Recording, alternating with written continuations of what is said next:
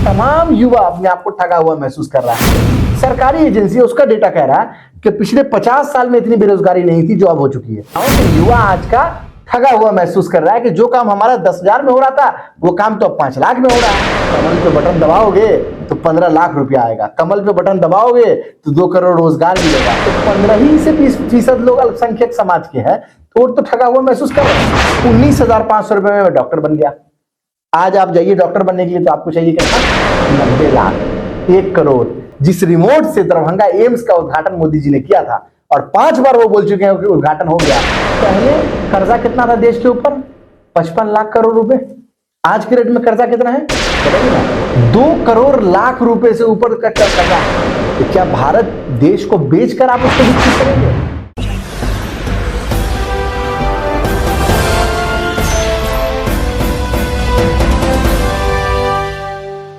नमस्कार मित्रों, बिहार 24 सच से सामना देख रहे सभी दर्शकों का हार्दिक अभिनंदन। मैं हूं कन्हैया ठाकुर।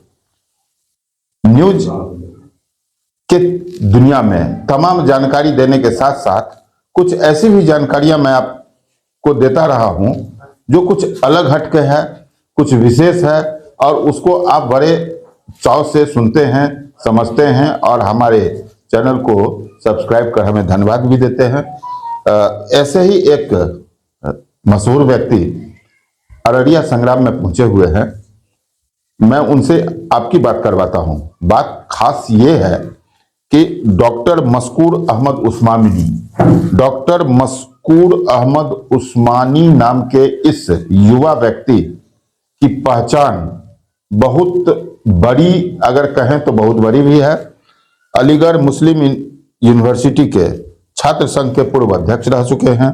जाले विधानसभा से 2020 में कांग्रेस पार्टी ने इन्हें विधानसभा का उम्मीदवार खड़ा किया था। ये पूर्व विधायक भी हैं। अभी के राजनीतिक हालत और जो बिहार में परिस्थितियां बन गई है, इंडी गठबंधन या इंडिया गठबंधन जो भी आप कह रहे हैं, उसकी स्थिति और आने वाले हालात पर एक युवा नेता क्या सोचते हैं, इन्हीं बातों की मैं उनसे चर्चा करूंगा। मैं आपको उन्हीं से लिए चलता हूं, बीच में मैं ज्यादा बाधक नहीं बनूंगा। आइए मिलते हैं डॉक्टर मशकूर अहमद उस्मानी से। डॉक्टर साहब, आपका स्वागत करते हैं। अररिया संग्राम आप आए हुए थे। कांग्रेस के आप मान्य नेता हैं, लेकिन अपने आप को आप कार्यकर्ता कहते हैं। जाले विधानसभा में आपको कांग्रेस ने 2020 में उम्मीदवार भी बनाया था। अलीगढ़ मुस्लिम यूनिवर्सिटी के छात्र नेता रह चुके हैं, छात्र संघ के जो अध्यक्ष हैं। तो तमाम बातें आपके साथ ऐसी जुड़ी हुई है जो आप राजनीतिक पृष्ठभूमि पर काफी मजबूत पकड़ रखते हैं। तो मैं आपसे कुछ मुद्दों पर बेबाकी से जानना चाहूंगा। पहले तो ये बताया जाए, जो आप अररिया संग्राम किस सिलसिले में पहुंचे थे, उसके बाद फिर राजनीतिक बातें करते हैं। अररिया संग्राम हम पहुंचे थे आज पिछले दिनों। जो है वो हाजी हारून साहब, मास्टर मेहदी साहब का जो है इंतकाल हो गया था, तो उन्हीं के घर हम ताज़ियत में आए थे। हमारे रिश्ते में वो बहनों भी लगते हैं, पारिवारिक हमारा संबंध है और अक्सर हम आते रहते हैं अररिया संग्राम। पीछे भी हम कई बार उनसे मुलाकात करने आए थे जब उनकी तबीयत नासाज थी, और वो आज हमारे बीच नहीं रहे। समाज के बहुत ही सम्मानित व्यक्ति थे और आसपास के जितने भी यहाँ पे इलाके हैं उनमें जो है एक बड़ा नाम था और एक बेहतरीन शिक्षक के रूप में उन्होंने अपनी सेवाएं समाज को दी। और सिर्फ शिक्षक के रूप में नहीं, बल्कि समाजवादी आंदोलन से जुड़े रहे और अपने छात्र जीवन से वो समाजवादी आंदोलन से जुड़े रहे और लोहिया जी और तमाम लोगों से उन्होंने जो है जुड़ के उन्होंने काम किया। और उनका जो एक्सपीरियंस था, उस एक्सपीरियंस से हम लोगों को भी बहुत कुछ सीखने को मिला। और मैं जब भी आता था तो उनसे दुआएं लेता था और उनसे कुछ ना कुछ सीख के जाता था। वो आज हमारे बीच नहीं है, तो बस हम यही अल्लाह से दुआ करते हैं कि अल्लाह उनको जो है जन्नत दे, उनकी मग़फ़िरत करे और घर वालों को जो है इस जो हानि और ये क्षति हुई है, इसको जो है सहने की जो है ताकत दे हम तमाम लोगों को। चलिए, बहुत बहुत आपको धन्यवाद कि आपने मतलब अपना कर्तव्य और जो भी है वो तो यहाँ के काफी प्रतिष्ठित व्यक्ति में शुमार थे। अब थोड़ा सा राजनीतिक बात कर लेते हैं हम लोग। चूंकि आप राजनीतिक पृष्ठभूमि से हैं तो बड़ा संक्षेप में हम एक आध चीज पूछना चाहेंगे आपसे। आप युवा हैं, यूथ हैं, छात्र नेता रह चुके हैं, आप अल्पसंख्यक समुदाय से आते हैं। एक युवा भारत में, अल्पसंख्यक समुदाय का युवा आज अपने आप को कहां पाता है? देखिए, आज भारतवर्ष के अंदर अल्पसंख्यक समुदाय से हो या आप बहुसंख्यक समुदाय से हो, चाहे आप किसी जाति से हो, चाहे आप किसी धर्म से हो, आज इस देश का युवा अपने आप को ठगा हुआ महसूस करता है। आज इस देश का युवा परेशान है। अब आप बोलिएगा ठगा हुआ कैसे महसूस कर रहा है? अब आपको हमने वादा किया कि आप यहाँ गली से निकलिएगा और एक आदमी आपके लिए नई मोटरसाइकिल लेके खड़ा हुआ है, तो आप इस उम्मीद में निकलेंगे यहाँ से कि कोई मोटरसाइकिल होगी नहीं जी। जो आपको मिल रही है। लेकिन आप जब सड़क पे पहुंचेंगे तो आपको ट्यूटी ही साइकिल भी नहीं मिलेगी, सेकंड हैंड साइकिल भी नहीं मिलेगी, तो आप अपने आप को ठगा हुआ महसूस करेंगे कि भाई डॉक्टर साहब ने हमसे झूठ बोला और हमको ठग लिया। तो बस इस देश के साथ यही हुआ, युवाओं के साथ। ऐसा नहीं कि अल्पसंख्यक के साथ हुआ, मतलब सभी अल्पसंख्यक कितने हैं इस देश में? 16%, 17%, 18%, जो भी। अब नया जब जनगणना होगा तो आ जाएगा। 15 से 20% के बीच में अल्पसंख्यक है, तो 15 ही से 20% लोग अल्पसंख्यक समाज के हैं, तो वो तो ठगा हुआ महसूस कर रहे हैं। लेकिन मैं ये कह रहा हूं कि देश का तमाम युवा अपने आप को ठगा हुआ महसूस कर रहा है। क्यों? क्योंकि उसको बोला गया कि भैया हमको कमल पे बटन दबाओगे तो 15 लाख रुपया आएगा, कमल पे बटन दबाओगे तो 2 करोड़ रोजगार मिलेगा। उसको बोला गया कमल पे बटन दबाओगे तो अच्छी शिक्षा मिलेगी, कमल पे बटन दबाओगे तो तुमको अच्छा सेहत मिलेगा। लेकिन हुआ क्या? 15 रुपया नहीं मिला। हुआ क्या? NSSO का डेटा कहता, मैं नहीं कह रहा हूं, सरकारी एजेंसी उसका डेटा कह रहा है कि पिछले 50 साल में इतनी बेरोजगारी नहीं थी जो अब हो चुकी है। तो सब ठगा हुआ महसूस कर रहे हैं। क्या हुआ? सेना में भर्ती आती थी और लोग जाते थे, 15 साल, 20 साल, 25 साल के बाद VRS लेकर आते थे। लेकिन अब क्या हुआ कि अब बोला गया आप अग्निवीर बन जाइए, 4 साल के लिए आपको नौकरी दिया जाएगा। मतलब 19 साल में आपको नौकरी अगर लगती है तो 23 साल में आप रिटायरमेंट हो जाएंगे। तो 23 साल की उम्र किसी युवा की रिटायरमेंट की होगी, ये किसी युवा ने नहीं सोचा था। इसीलिए युवा ठगा हुआ महसूस कर रहा है। युवा ठगा हुआ इसलिए महसूस कर रहा है क्योंकि युवाओं ने सोचा था कि हम अच्छी शिक्षा लेने अच्छे यूनिवर्सिटी जाएंगे, अच्छे कॉलेज जाएंगे, जहां पर कम पैसे में पढ़ाई होगी। भाई मैं तो ऐसे परिवार से आता हूं जो खेती किसानी करते हैं हम लोग, ठीक है। अगर सरकारी इंस्टीट्यूशन नहीं होता तो मैं तो प्राइमरी स्कूल, हाई स्कूल नहीं पास कर पाता भाई। मैं तो केंद्रीय विद्यालय से पढ़ा हूं, जहां पर हमको याद है कि 60 रुपए महीना की फीस थी, और जहां पर बेहतरीन शिक्षा होता था, और जहां पर चौमुखी जो है बच्चों को ट्रेन किया जाता था। 60 रुपए की फीस थी। अब मेरे पिताजी 60 से ज्यादा देने की हैसियत भी नहीं थी उनकी, ये भी मैं बता दूं आपको बहुत साफ तरीके से। 60 रुपए से ज्यादा महीने की देने की हैसियत नहीं थी। मैं साइकिल से जाया करता था स्कूल। अब आप ये समझिए कि जब मैं यूनिवर्सिटी में गया 19,500 रुपए में मैं डॉक्टर बन गया। आज आप जाइए डॉक्टर बनने के लिए तो आपको चाहिए कितना? 90 लाख, 1 करोड़। ये तो है प्राइवेट। और सरकारी जाइएगा तब भी आपको 5 लाख रुपया लग ही जाएगा। हाँ, ज्यादा 4 लाख 5 लाख कम से कम लग जाएगा। हम बने 19,500 में। तो ये इसीलिए मैं कह रहा हूं कि युवा आज का ठगा हुआ महसूस कर रहा है कि जो काम हमारा 10,000 में हो रहा था वो काम तो 5 लाख में हो रहा है। युवा ठगा हुआ महसूस कर रहा है। एक नया फंडा आया है। पहले तो बताया गया, आपने बताया जैसे कमल पर बटन दाबो तो 15 लाख मिलेंगे, दिस दैट। अब अगर भारत को 2047 में विकसित देखना है तो कमल पर बटन दबा, ये जो मतलब नया आया आप इस पर लोग कितना युवा आप ये बताइए कि भारत विकसित जो होगा 2047 में, ये कहा कब कह रहे हैं? 2023 में। 2014 से आपने क्या किया? 23 तक क्या किया? आपने पूरे देश को बेच दिया।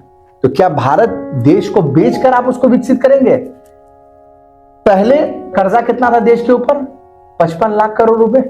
आज के रेट में कर्जा कितना है बताइए ना? 2 करोड़ लाख रुपए से ऊपर का कर्जा है। अब आप ये समझिए कि 4 गुना कर्जा बढ़ गया है। तो क्या भारत विकसित देश बनेगा? पहले आप देखिए कि जीडीपी क्या थी और आज देखिए जीडीपी क्या है। तो क्या जीडीपी के घटने से भारत विकसित देश बन जाएगा? पहले आप देखिए कि लोगों को रोजगार कितना मिल रहा था और अब कितना मिल रहा है। तो क्या रोजगार के घटने से, क्या शिक्षा का स्तर नीचे आने से, क्या स्वास्थ्य का स्तर नीचे आने से, क्या पर कैपिटा इनकम नीचे आने से अगर देश की भलाई होती है, विकसित होता है, तो मैं भी चाहूंगा कि देश विकसित हो जाए। लेकिन हमको और आपको मालूम है कि देश की भलाई और देश विकसित ऐसे नहीं होता है। आज हर जगह पे, चाहे आप कोई भी इंडेक्स, हैप्पीनेस इंडेक्स उठा के देख लीजिए, कहाँ है हम। आप हंगर इंडेक्स उठा के देख लीजिए, कहाँ है हम। आप उठा के देख लीजिए, कोई भी इंडेक्स आप उठा के देखिएगा, जिन पैरामीटर्स पे किसी कंट्री को डेवलप्ड नेशन माना जाता है, डेवलप्ड मुल्क माना जाता है, आज हम कहीं स्टैंड नहीं कर रहे हैं। फ्री प्रेस की बात करें तो हमारा रैंकिंग कहाँ है भाई, हम 100 के पार हैं। मतलब आजादी ही नहीं है हमारे मुल्क में प्रेस को, मीडिया को। तो आप कैसे विकसित देश बनेंगे? डेटा पे बात कीजिए। ये बतौलेबाजी तो पॉलिटिक्स में होती ही है, और इसमें तो माननीय साहब जो है हमारे, वो तो बहुत मशहूर माने ही जाते हैं कि उन्होंने तो दिल्ली में बैठे बैठे रिमोट से, पता नहीं कौन सा रिमोट था, मैं तो उस रिमोट की खोज कर रहा हूं। और मैं तो अपने कुछ IITian दोस्त से कहा है मैंने, भैया वो रिमोट ढूंढ के लाओ जिस रिमोट से दरभंगा एम्स का उद्घाटन मोदी जी ने किया था, और 5 बार वो बोल चुके हैं कि उद्घाटन हो गया। मतलब मान आप ये समझिए कि देश के प्रधानमंत्री को इतना इंफॉर्मेशन नहीं है कि उन्होंने उद्घाटन किया था कि नहीं किया था। उनको याद कैसे रहेगा? क्योंकि एक बार उन्होंने बोल दिया फिर तो याद नहीं, फिर तो उस पर काम करना नहीं है, तो इसलिए कुछ भी बोलते चलिए। इन सारी बातों को अगर मैं शब्दशः मान लूं तो सीधा सवाल, विकल्प क्या है आपके पास? विकल्प इस वक्त, या देश की युवा के पास क्या विकल्प है आज के दौर में? देखिए विकल्प इस देश की जनता है। ठीक। आप ये कहते हैं कि विकल्प कौन है? विकल्प कभी भी कोई व्यक्ति नहीं होता है, विकल्प एक विचार होता है, विकल्प एक सोच होती है, विकल्प समाज होता है और समाज के लोग होते हैं। और निश्चित तौर पर आने वाले चुनाव में समाज के लोग विकल्प के रूप में खड़े होंगे और ये बताएंगे कि आपने जो 10 साल में झूठ बोला, धोखा दिया, लोगों को परेशान किया, उसका जवाब देगी जनता। हमारा देश लोकतांत्रिक देश है, प्रजातंत्र है, वोट से ही लोग जीतते हैं और सरकार बनाते हैं। कोई तो सामने आना चाहिए जिसको विकल्प के तौर पर लोग वोट देंगे। तो ऐसे में जो एक गठबंधन बना है, इंडिया गठबंधन, जिसको कि कुछ लोग इंडी गठबंधन कहते हैं, मैं दोनों शब्द का यूज कर रहा हूं, जो भी गठबंधन बना है, क्या वो आपके नजर में देखिए आप एक विकल्प के रूप में अगले लोकसभा में आएगी?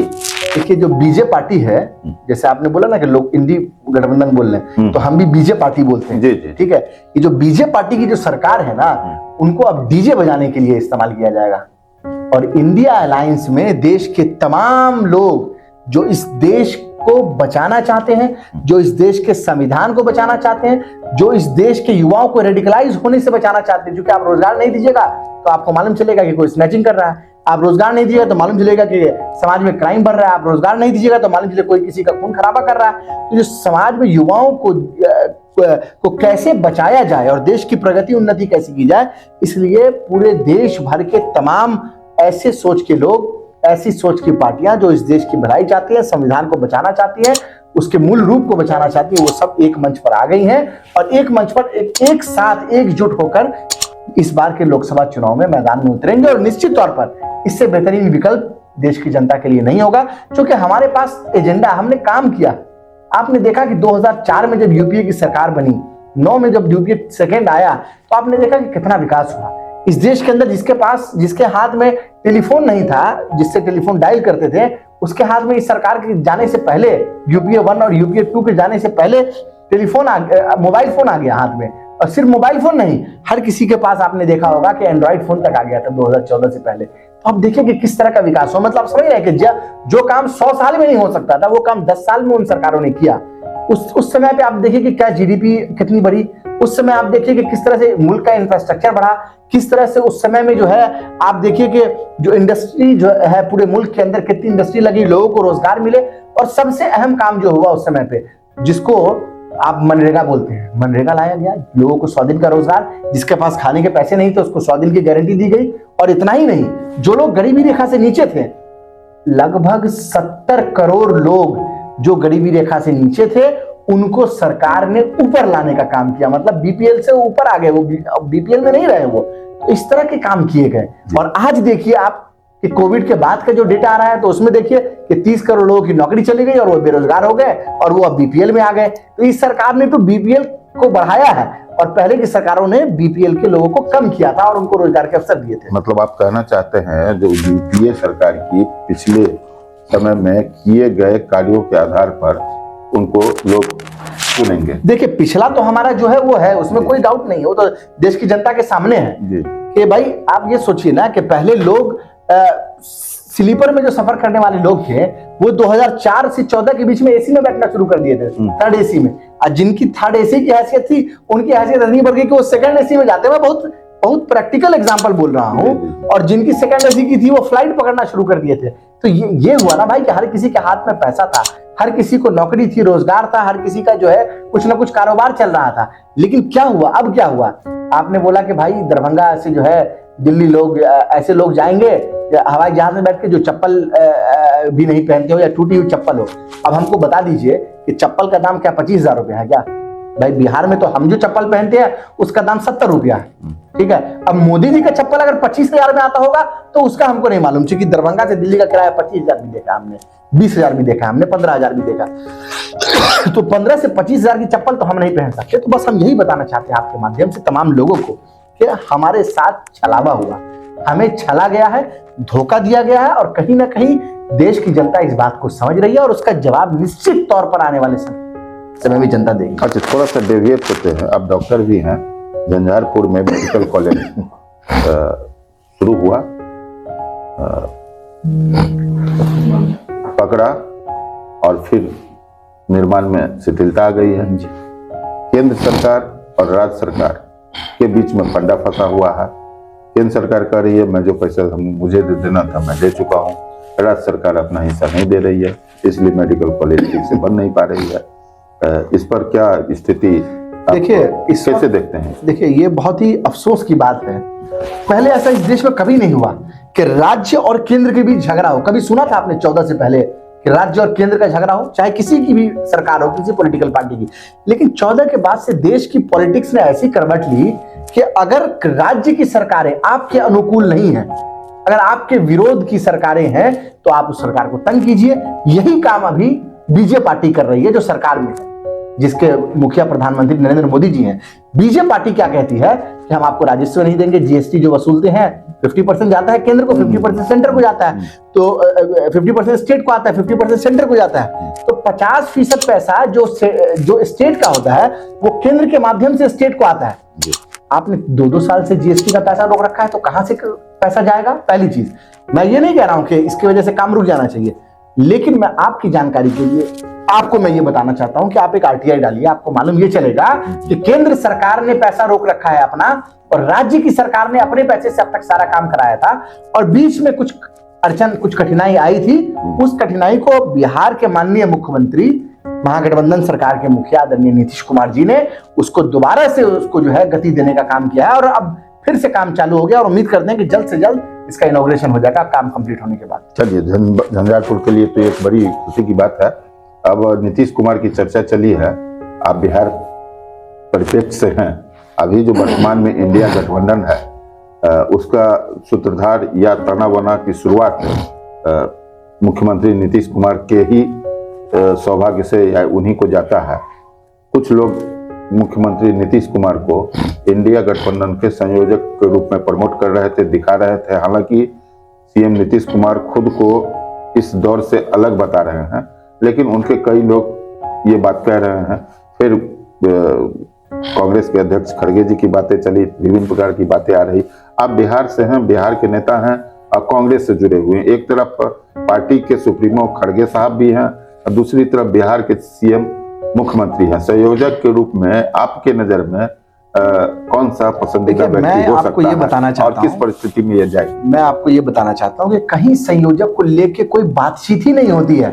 ये बात सिर्फ और सिर्फ मीडिया घराने में होती है, और जो मीडिया हाउसेस के लोग हैं उनका थोड़ा सा कंपल्शन होता है कि हल्की सी न्यूज तो उनको दिखानी है विपक्ष की, तो उसको भी बैड टोन में दिखाना है, निगेटिव में दिखाना है। तो ये दिखाना है कि आपको उनसे लड़ाई हो गया, उनका उनसे लड़ाई हो गया, तो झगड़ा फंसाने का काम करते हैं।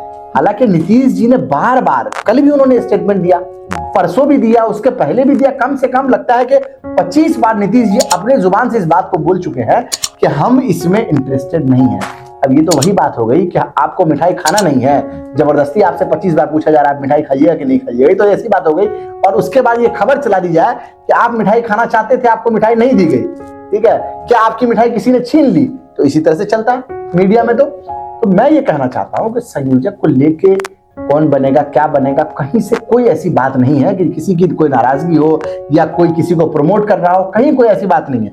लक्ष्य सिर्फ एक है, और लक्ष्य यह है कि इस सरकार को, जो बीजेपी पार्टी की सरकार है, जिसने इस देश में बेरोजगारी बढ़ाई है, जिसने इस देश में उन्माद बढ़ाया है, जिसने इस देश के युवाओं को छला है, जिसने इस देश के अंदर भाई जो आखिरी पायदान पे खड़ा व्यक्ति था उसको और ढकेल के जो है कुएं में ढकेल दिया है, जबकि उनको हाथ पकड़ के अग्रिम पंक्ति में लाना चाहिए था।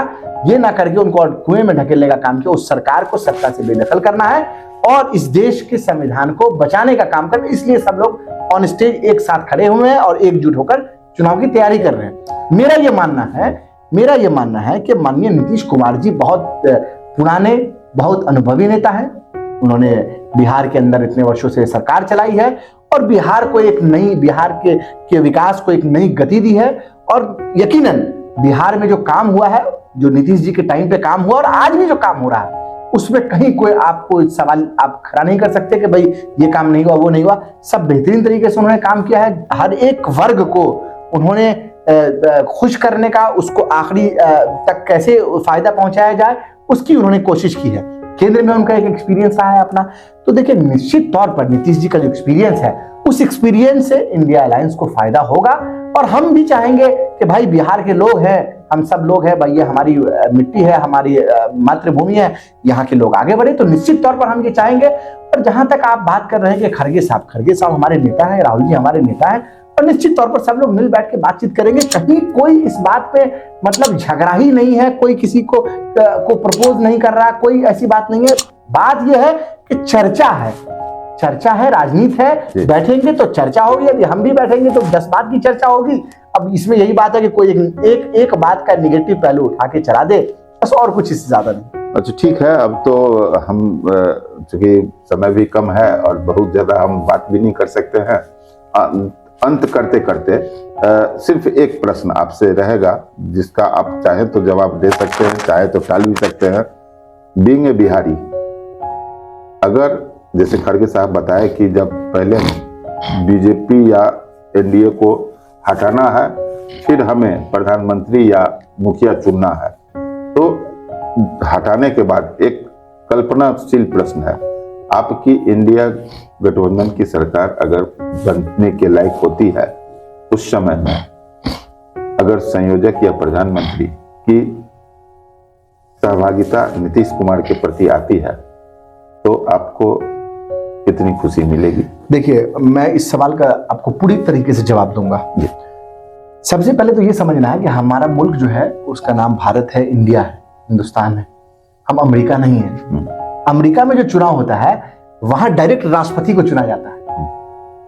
इंडिया में जो चुनाव होता है, यहाँ प्रधानमंत्री को नहीं चुना जाता है। यहाँ हम मेंबर ऑफ पार्लियामेंट, जिसको हम सांसद बोलते हैं, माननीय सांसद को हम लोग चुनते हैं वोट देकर।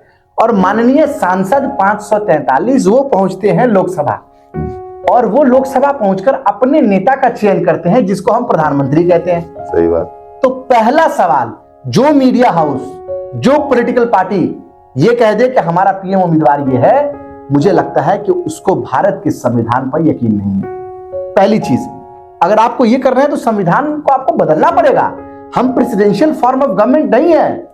हमारा जो सिस्टम है वो हमारा सिस्टम तो नीचे से एमपीज आते हैं, वो अपना नेता चुनते हैं। तो इस बात, मुझे तो हैरानी होती है कि खुलेआम इस बात की चर्चा मीडिया पे शुरू हो जाती है कि भाई बीजेपी पार्टी की तरफ से कौन उम्मीदवार है, इंडिया अलायंस की तरफ से कौन उम्मीदवार है। भाई पीएम का उम्मीदवार कोई नहीं होता यहाँ पर। आप लोगों को इस बात को बोलना चाहिए कि ऐसी बात जो कर रहे हैं वो संविधान विरोधी बात है। आप ये बोलिए कि मधुबनी से सांसद कौन होगा, झंझारपुर से सांसद कौन होगा, बेगूसराय से कौन होगा, पटना से कौन होगा, दरभंगा से कौन होगा। आप ये बोलिए कि दिल्ली से कौन होगा, दिल्ली में इस सीट से कौन होगा। तो आप इस बात की चर्चा कीजिए। इस बात की चर्चा करना कि ये पीएम के उम्मीदवार होंगे, मुझे लगता है कि संवैधानिक दायरे से बाहर की बात है। और इस तरह की चर्चा पे विराम लगना चाहिए और चुनाव आयोग को इस पे एक्शन लेना चाहिए कि अगर इस तरह की कोई बात करता है तो। ये तो आपके सवाल का जवाब हुआ। बाकी बीइंग ए बिहारी, अगर कोई भी आगे बढ़ता है, अगर आप भी आगे बढ़कर अगर इस देश के प्रधानमंत्री बनना चाहते हैं और आपके अंदर भी लालसा है या आपके अंदर भी वो कुव्वत है, ताकत है, तो हमको अच्छा लगेगा कि भाई कन्हैया जी भी बने। मेरा कहने का मतलब यह है कि अगर बिहार का व्यक्ति, हमारे समाज का व्यक्ति कहीं भी जाकर किसी ऊंचे ओहदे पर बैठेगा तो निश्चित तौर पर हमारे लिए और बेहतर होगा। तो हमें उसमें खुशी होगी, कहीं कोई बात नहीं है। लेकिन यह फैसला मेरे हाथ में नहीं है। ये फैसला माननीय सांसदों के हाथ में है, जो जीत कर आएंगे वो अपना नेता चुनेंगे। अगर ये सौभाग्य मुझे कभी प्राप्त हुआ तो निश्चित तौर पर उस समय पे देखा जाएगा, लेकिन जो चीज का सौभाग्य अभी मुझे है नहीं तो उसके बारे में मैं कैसे। आप घुमा फिरा कर अपनी बातों को कह दिए, और धन्यवाद आपको कि आप अपने आप को बहुत संभालते हुए अपनी सारी बातों को स्पष्ट रूप में कहा है। यह बात भी निश्चित है कि प्रधानमंत्री जो बनेंगे उन्हें संसद बनना ही पड़ेगा, तब प्रधानमंत्री बनेंगे, बड़ा स्पष्ट है। लेकिन अब ये हमारे लोकतंत्र का सौभाग्य समझिए, दुर्भाग्य समझिए, जो भी हो, लोग कोई भी पार्टी एक चेहरा आगे करके अब तक चुनाव लड़ रहे हैं। ये पहला चुनाव होगा आपके गठबंधन का जो सिस्टम से बिना चेहरा। नहीं, आप 2004 का भी देखिए, 2004 में कोई पीएम कैंडिडेट नहीं थे, मनमोहन सिंह जी है जी, या 9 में कोई पीएम कैंडिडेट नहीं थे। आप ये समझिए कि हमेशा कांग्रेस पार्टी इस देश के संविधान पर और इस देश की साझी विरासत पर यकीन करते हुए आई है, और इसीलिए सांसदों को ये दायित्व दिया जाता है कि आप अपने नेता का चयन करें। बिहार में कांग्रेस की स्थिति क्या होगी 40 सीट में? बढ़िया स्थिति होगी, मिल बैठकर हम लोग बात करेंगे, और 29 तारीख में अलायंस की जो कमेटी जो कांग्रेस की तरफ से बनी है वो तमाम राजनीतिक दलों से बातचीत करेगी और तालमेल बैठाएगी, और बेहतरीन रहेगा। आप देखिए, बिहार हम लोग क्लीन स्वीप करने जा रहे हैं इंडिया अलायंस के लिए। चलिए, धन्यवाद उस्मानी साहब, बहुत मुद्दों पर आपने बात की और थोड़े तीखे सवाल का भी बड़ा ढंग से आपने जवाब दिया। आपका स्वागत है, झंझारपुर में आप आए, फिर कभी आए तो हमारे चैनल के दर्शकों से आप एक बार फिर भी मिले। बहुत धन्यवाद। सभी प्रकार की खबरों के लिए आप देखते रहिए बिहार 24 सच से सामना। अगर आपने हमारे चैनल को अब तक सब्सक्राइब नहीं किया तो चैनल को सब्सक्राइब करें, लाइक करें और शेयर करना ना भूलें।